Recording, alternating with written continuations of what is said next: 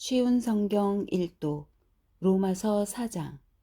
그러면 이 문제에 대해 우리의 조상 아브라함이 발견한 것은 무엇이라고 말할 수 있겠습니까? 아브라함이 행위를 통해 의롭다함을 얻었다면 그에게는 자랑할 것이 있었을 것입니다. 그러나 하나님 앞에서는 자랑할 것이 없습니다. 성경이 뭐라고 말합니까? 아브라함이 하나님을 믿으니 그 믿음을 그의 의로 여기셨다라고 하지 않습니까? 일을 해서 품삯을 받는 사람은 그가 받는 품삯을 당연히 받는 것으로 생각하지 선물을 받는 것으로 생각하지 않습니다. 그러나 일을 하지 않는데도 품삯을 받는 사람이 있다면 그가 경건하지 않은 사람을 의롭다고 여기시는 하나님을 믿기 때문에 하나님께서 그의 믿음을 보시고 의롭다고 여기시는 것이 됩니다. 다윗은 행한 것과는 관계없이 하나님께서 의롭다고 인정하시는 사람이 받은 복에 대해 다음과 같이 말했습니다. 자기 죄를 용서받고 자기 허물이 가려진 사람은 복이 있다. 주님께서 죄 없다고 인정해 주는 사람은 복이 있다. 그렇다면 이 복이 할례를 받은 사람들에게만 내리는 것입니까? 아니면 할례를 받지 않은 사람들에게도 내리는 것입니까? 우리는 앞에서 아브라함의 믿음이 의로 여김을 받았다고 말했습니다. 어떤 상황에서 이런 일이 발생했습니까? 아브라함이 할례를 받은 뒤였습니까? 아니면 할례를 받기 전이었습니까? 아브라함이 의롭다함을 받은 것은 할례를 받은 후가 아니라 할례를 받기 전이었습니다. 아브라함은 할례를 받기 전에 믿음으로 의롭다함을 받았으며 그 표로서 할례를 받은 것입니다. 그러므로 아브라함은 할례를 받지 않고도 하나님을 믿는 모든 사람들이 의롭다 여김을 받을 수 있도록 모든 믿는 사람의 조상이 되었습니다. 또한 아브라함은 할례 받은 자의 조상이기도 합니다. 이 말은 그가 할례 받은 사람들뿐만 아니라 우리 조상 아브라함이 할례를 받기 전에 가졌던 믿음의 발자취를 따라가는 사람들의 조상도 된다는 의미입니다. 하나님께서 아브라함과 그의 후손에게 그들이 세상을 물려받을 상속자가 되리라고 하신 약속은 율법을 통해 온 것이 아니라 믿음으로 인한 의를 통해 주신 약속입니다. 만일 율법을 지키는 사람이 상속자가 된다면 믿음은 쓸모가 없어지고 약속도 무용지물이 되고 말 것입니다. 율법은 하나님의 진노를 야기하지만 율법이 없다면 율법을 범하는 일도 없을 것입니다. 그러므로 하나님의 약속은 믿음을 통해 주어집니다.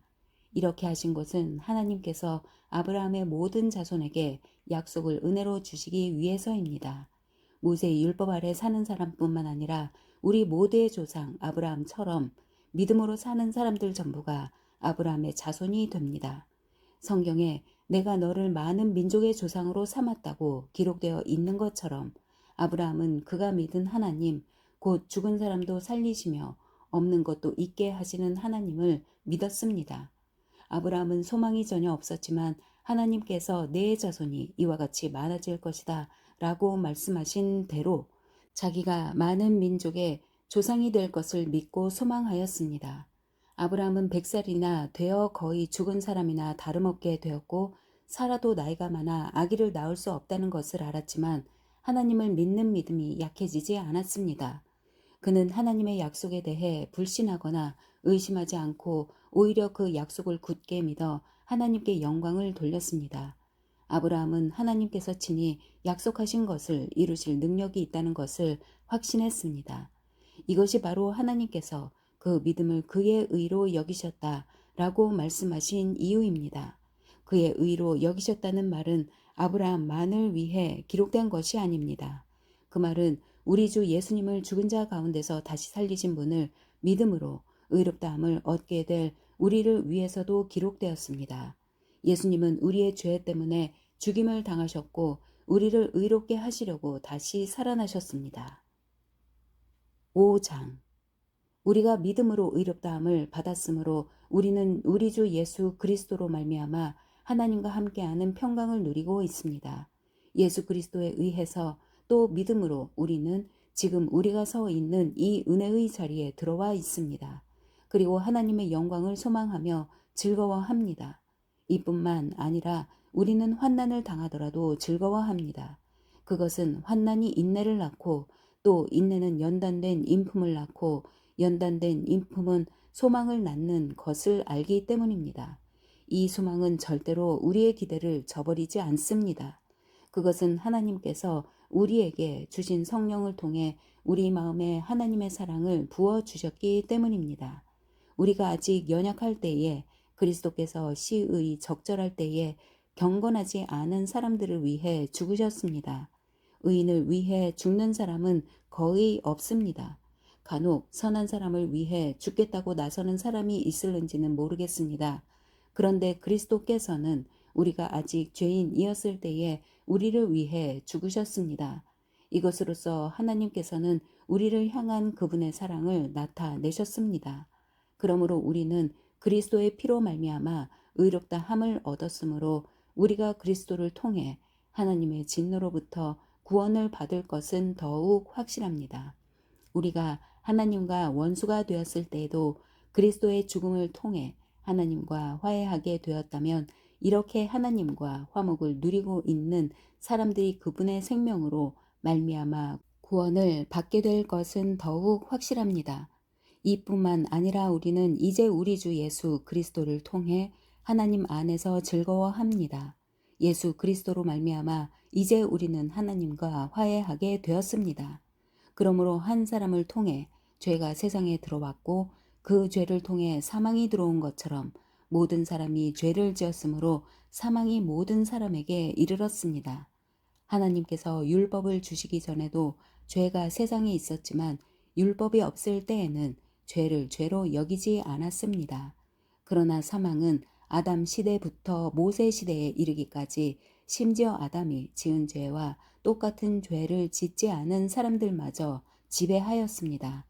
아담은 장차 오실 분의 모형입니다. 하지만 하나님께서 주시는 은혜는 아담이 지은 죄와 비교가 되지 않습니다. 많은 사람이 그 한 사람의 죄 때문에 죽었다면 한 사람 예수 그리스도의 은혜로 인한 하나님의 은혜와 선물은 많은 사람에게 더욱 넘쳤습니다. 또한 하나님의 선물과 아담의 죄는 차이가 있습니다. 한 사람의 죄 때문에 심판이 오게 되고 모든 사람을 정죄에 이르게 했으나 하나님의 은혜의 선물은 많은 범죄 때문에 오게 되어 많은 사람에게 의롭다 함을 받게 하였습니다. 한 사람의 죄로 말미암아 사망이 왕노릇하였다면 하나님의 넘치는 은혜와 의롭다고 여기시는 선물을 받는 사람들은 한 분 예수 그리스도를 통해 참 생명 안에서 더더욱 왕노릇하게 될 것입니다. 그러므로 한 사람의 범죄 때문에 모든 사람이 죄인이 되었지만 한 사람의 의로운 행동 때문에 모든 사람에게 생명을 낳게 하는 의로움이 발생했습니다. 한 사람의 불순종으로 많은 사람이 죄인이 되었듯이 한 사람의 순종으로 많은 사람이 의인이 될 것입니다. 율법은 범죄를 증가시키려고 들어왔습니다. 그러나 죄가 많아진 곳에 하나님의 은혜가 더욱 넘치게 되었습니다. 죄가 사망 안에서 왕노릇 하였듯이 은혜는 의를 통해 우리 주 예수 그리스도로 말미암아 영생을 얻게 하기 위해 왕노릇 할 것입니다. 6장. 그러면 우리가 무슨 말을 더 하겠습니까? 은혜를 더하게 하려고 계속 죄를 지어야 하겠습니까? 절대로 그럴 수 없습니다. 죄에 대하여 죽은 우리가 어떻게 죄 가운데서 살 수 있겠습니까? 여러분은 우리가 그리스도 예수와 연합하는 세례를 받았을 때에 그분의 죽음과 연합하는 세례를 받았다는 사실을 알지 못합니까? 그러므로 우리가 죽음에 이르는 세례를 받음으로 그리스도와 함께 묻힌 것은 그리스도께서 아버지의 영광으로 죽은 자들 가운데서 살아나신 것처럼 우리도 새 생명 가운데서 살기 위함입니다. 우리가 그리스도와 연합하여 그분의 죽음에 참여하였다면 그분과 연합하여 그분의 부활에도 참여할 것이 확실합니다. 우리는 우리의 옛사람이 그리스도와 함께 십자가에 못 박혀 죄의 몸이 무력하게 되었으므로 우리가 더 이상 죄의 노예가 되지 않는다는 것을 압니다. 그것은 죽은 사람은 죄의 세력에서 해방되었기 때문입니다. 우리가 그리스도와 함께 죽었다면 또한 그리스도와 함께 살아날 것도 믿습니다. 그리스도께서는 죽은 자들 가운데서 살아나셨기에 다시는 죽는 일이 없어 죽음이 그분을 지배하지 못한다는 것을 우리는 압니다. 그리스도께서 죽으신 것은 죄에 대하여 단번에 죽으신 것이며 그리스도께서 다시 살아나신 것은 하나님께 대하여 살아나신 것입니다. 이와 같이 여러분도 여러분 자신을 죄에 대해서는 죽은 사람으로, 하나님께 대해서는 그리스도 예수 안에서 살아있는 사람으로 생각하십시오. 그러므로 죽게 될 여러분의 몸에 죄가 왕노릇하여 몸의 욕심을 따라 살지 않도록 하십시오. 또한 여러분의 몸을 불의를 행하는 도구로 죄에게 내어주지 말고 죽은 자들 가운데에서 살아난 자들답게 여러분의 몸을 의를 행하는 도구로 여러분 자신을 하나님께 드리십시오. 여러분은 율법 아래 있지 않고 은혜 아래 있으므로 죄가 여러분에게 왕노릇 할 수가 없습니다. 그러면 어떻게 해야 하겠습니까? 우리가 율법 아래 있지 않고 은혜 아래 있다고 해서 죄를 짓자는 말입니까? 절대로 그럴 수는 없습니다. 여러분이 어떤 사람에게 복종하여 여러분 자신을 그 사람에게 바치면 여러분은 그 사람의 종이 된다는 것을 알지 못하십니까? 여러분은 죽음에 이르는 죄의 종이 될 수도 있고 의에 이르는 순종의 종이 될 수도 있습니다. 그러나 하나님께 감사할 것이 있습니다. 여러분이 전에는 죄의 종이었으나 전수받은 가르침에 본해 전심을 다해 복종함으로써 죄로부터 해방되어 의의 종이 되었습니다. 여러분의 육신이 연약하기 때문에 일상적인 말로 예를 들어 말하겠습니다. 여러분이 전에는 여러분의 몸을 더러움과 불법의 종으로 들여 불법을 행했습니다. 그러나 이제는 여러분의 몸을 의의 종으로 들여 거룩함에 이르십시오. 전에 여러분이 죄의 종이었을 때는 의의 다스림을 받지 않았습니다. 그때 여러분이 얻은 열매는 무엇입니까? 지금에 와서 부끄러워하는 그 일들의 마지막은 사망이었습니다. 그러나 이제는 여러분이 죄에서 해방되어 하나님의 종이 되었습니다. 그리하여 거룩함에 이르는 열매를 맺고 있습니다. 그 일의 마지막은 영생입니다. 죄의 대가는 죽음이지만 하나님의 선물은 우리 주 예수 그리스도 안에 있는 영생입니다. 7장. 형제, 자매 여러분, 나는 지금 율법을 아는 여러분에게 말하고 있습니다. 여러분은 율법이 사람이 살아있는 동안에만 그 사람을 지배한다는 것을 알지 못합니까? 이를테면 결혼한 여자는 남편이 살아있는 동안에는 법에 의해 남편에 매여 살아야 합니다. 하지만 남편이 죽으면 그 여자는 남편에게 매여 있던 법에서 해방됩니다. 그래서 여자가 남편이 아직 살아있는데도 다른 남자와 결혼하면 그 여자는 간음죄를 짓는 것이 되지만 만일 남편이 죽으면 그 여자는 그 법에서 해방되므로 다른 남자와 결혼하더라도 간음죄를 짓는 것이 되지 않습니다. 네, 형제자매 여러분, 이와 같이 여러분들도 그리스도의 몸으로 말미암아 율법에 대해 죽었습니다. 이제 여러분은 하나님께 열매를 맺기 위해 다른 분, 곧 죽은 사람들 가운데서 살아나신 그분의 사람이 되었습니다. 전에 우리가 죄의 성품에 사로잡혀 살았을 때는 율법이 우리 몸속에서 죄를 지으려는 욕망을 일으켜 죽음에 이르는 열매를 맺게 했었습니다. 그러나 이제 우리는 우리를 가둔 율법에 대해 죽고 율법으로부터 해방되었습니다.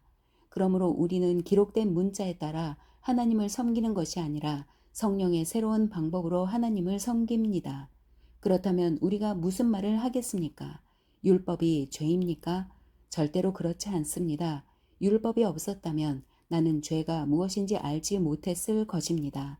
율법이 탐내지 마라고 말하지 않았다면 나는 탐내는 것이 무엇인지 알지 못했을 것입니다. 그러나 죄는 이 계명을 이용하여 기회를 엿보아 내 속에서 온갖 탐심을 일으켰습니다. 율법이 없다면 죄는 죽은 것이나 다름없습니다. 전에 내가 율법과 상관이 없었을 때 나는 살아 있었습니다. 그러나 계명이 들어오자 죄가 살아났고 나는 죽었습니다.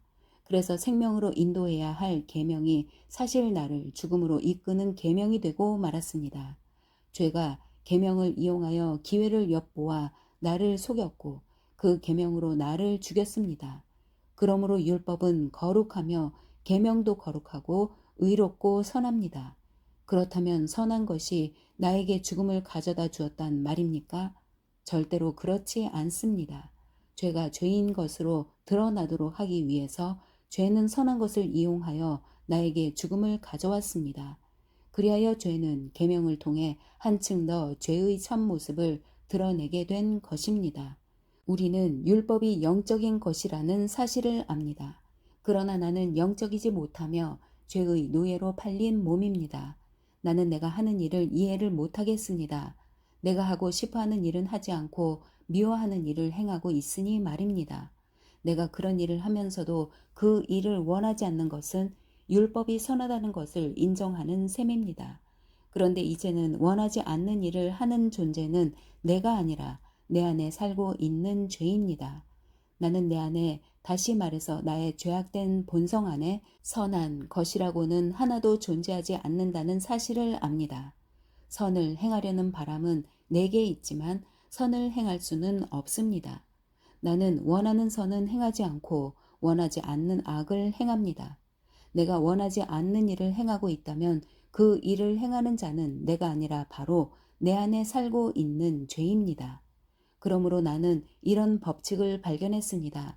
선을 행하려는 마음은 나에게 있지만 악이 나와 함께 있다는 것입니다. 사실 나의 속 중심에서는 하나님의 법을 즐거워합니다. 그러나 나의 몸의 여러 부분들에서는 다른 법이 작용하고 있습니다. 그 법이 내 마음의 법과 싸워 나를 내 몸에서 작용하고 있는 죄의 법에 사로잡히게 합니다. 나는 참으로 비참한 사람입니다. 누가 나를 이 사망의 몸에서 구원해 내겠습니까? 우리 주 예수 그리스도로 인하여 하나님께 감사합니다. 그러므로 나는 마음으로는 하나님의 법에 복종하는 반면 죄악된 본성으로는 죄의 법에 복종하고 있습니다. 8장. 그러므로 이제 그리스도 예수 안에 있는 사람은 정죄를 받지 않습니다. 그것은 그리스도 예수 안에서 생명을 주시는 성령의 법이 죄와 사망의 법에서 여러분을 해방시켰기 때문입니다. 율법이 죄의 본성 때문에 연약하여 할 수 없었던 것을 하나님께서는 죄를 없애기 위해 자신의 아들을 죄 있는 사람의 모양으로 보내심으로써 행하셨습니다. 하나님께서는 죄인들 속에 거하고 있는 죄에 대해 유죄 판결을 내리셨습니다. 이렇게 하여 죄의 본성에 따라 살지 아니하고 성령에 따라 살고 있는 우리에게 율법의 의로운 요구들이 완벽히 이루어졌습니다. 죄의 본성을 따라 사는 사람들의 죄의 본성이 바라는 일을 생각하지만 성령을 따라 사는 사람들은 성령이 바라시는 일을 생각합니다. 죄의 본성의 지배를 받는 사람의 생각은 죽음이지만 성령의 지배를 받는 사람의 생각은 생명과 평강입니다. 죄의 본성이 생각하는 것은 하나님을 거스르는 것입니다. 그것은 하나님의 법에 복종하지 않을 뿐 아니라 할 수도 없습니다. 죄의 본성의 지배를 받는 사람은 하나님을 기쁘시게 할 수 없습니다. 그러나 하나님의 영이 여러분 안에 계시다면 여러분은 죄의 본성의 지배를 받지 않고 성령의 지배를 받게 됩니다. 누구든지 그리스도의 영이 없는 사람은 그리스도에게 속한 사람이 아닙니다. 반면 그리스도께서 여러분 안에 계시다면 여러분의 몸은 죄 때문에 죽은 존재이지만 여러분의 영은 의 때문에 살아 있습니다. 예수님을 죽은 사람들 가운데서 다시 살리신 분의 영이 여러분 안에 살아 계시면 여러분 안에 계신 그분의 영으로서 여러분의 죽을 몸도 살리실 것입니다. 그러므로 형제 여러분, 우리는 빚을 진 사람들입니다.